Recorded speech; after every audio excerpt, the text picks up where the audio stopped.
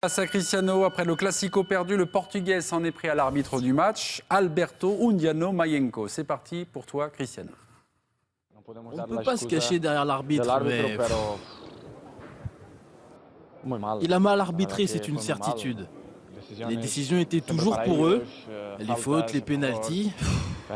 C'est compliqué. Ce soir, nous avons joué contre 12 hommes, c'est toujours pareil. Je commence à croire qu'on dérange, personne ne veut voir le Real Madrid remporter la Liga.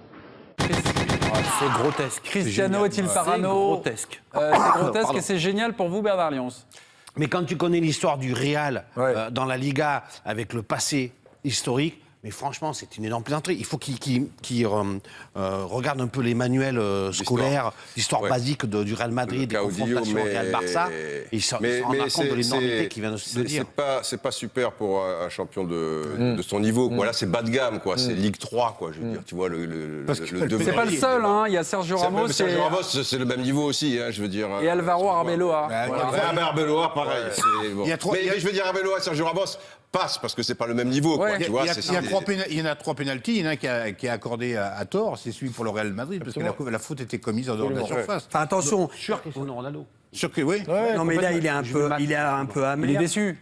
Amer, déçu, le petit en plus en face, il a marqué 3 buts. Mais le niveau du discours, il a des vexé. raisons, Eric, mais le niveau du discours, c'est bas de gamme. Le mec, il a 27 ans, il a connu tous les honneurs.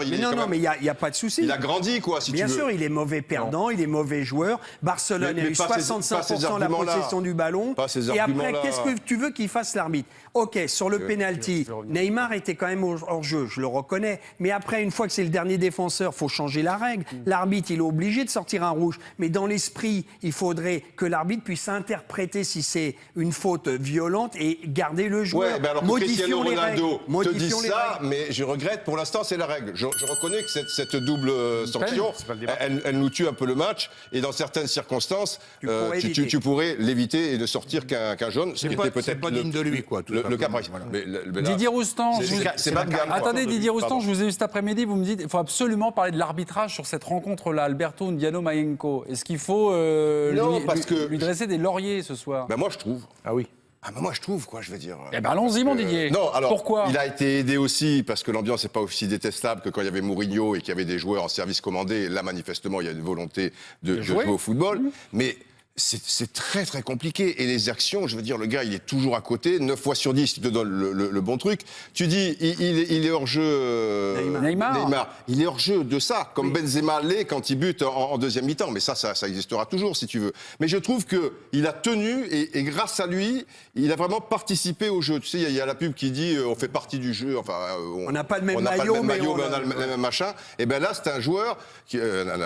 Ben, tu vois, c'est un... Oui, mais ça a été un joueur, il a laissé le jeu développer. C'était le 12e rang du Barça, on a compris ton message. Il était joueur dans son truc. Non, le complot avec le complot, le fameux Monsieur complot Blanc. qui, bien sûr. La paranoïa du Real contre le Barça, est-ce l'héritage de José Mourinho? Sort de son corps. Tu avais l'impression qu'il venait d'avoir José au téléphone.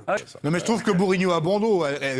Quand c'était dur, c'est de sa faute. Maintenant qu'il n'est plus là, c'est encore de sa faute. Il faut quand même arrêter un moment, quoi. Non, là, au niveau du complot, en tout cas, le match, il n'était pas dur. Non, le match n'était pas dur. Non, le match était au contraire. C'est l'héritage peut-être laissé par José Mourinho. Et j'ai démontré... Ne contrarie pas le spécial roué. Mais non, mais quand tu es coaché pendant 2-3 ans avec Mourinho, même si tu passes Ancelotti, qui est plus soft, qui n'a pas de polémique, etc., il est quand même, c'est son fils spirituel. L'autre, vous m'avez dit Ramos...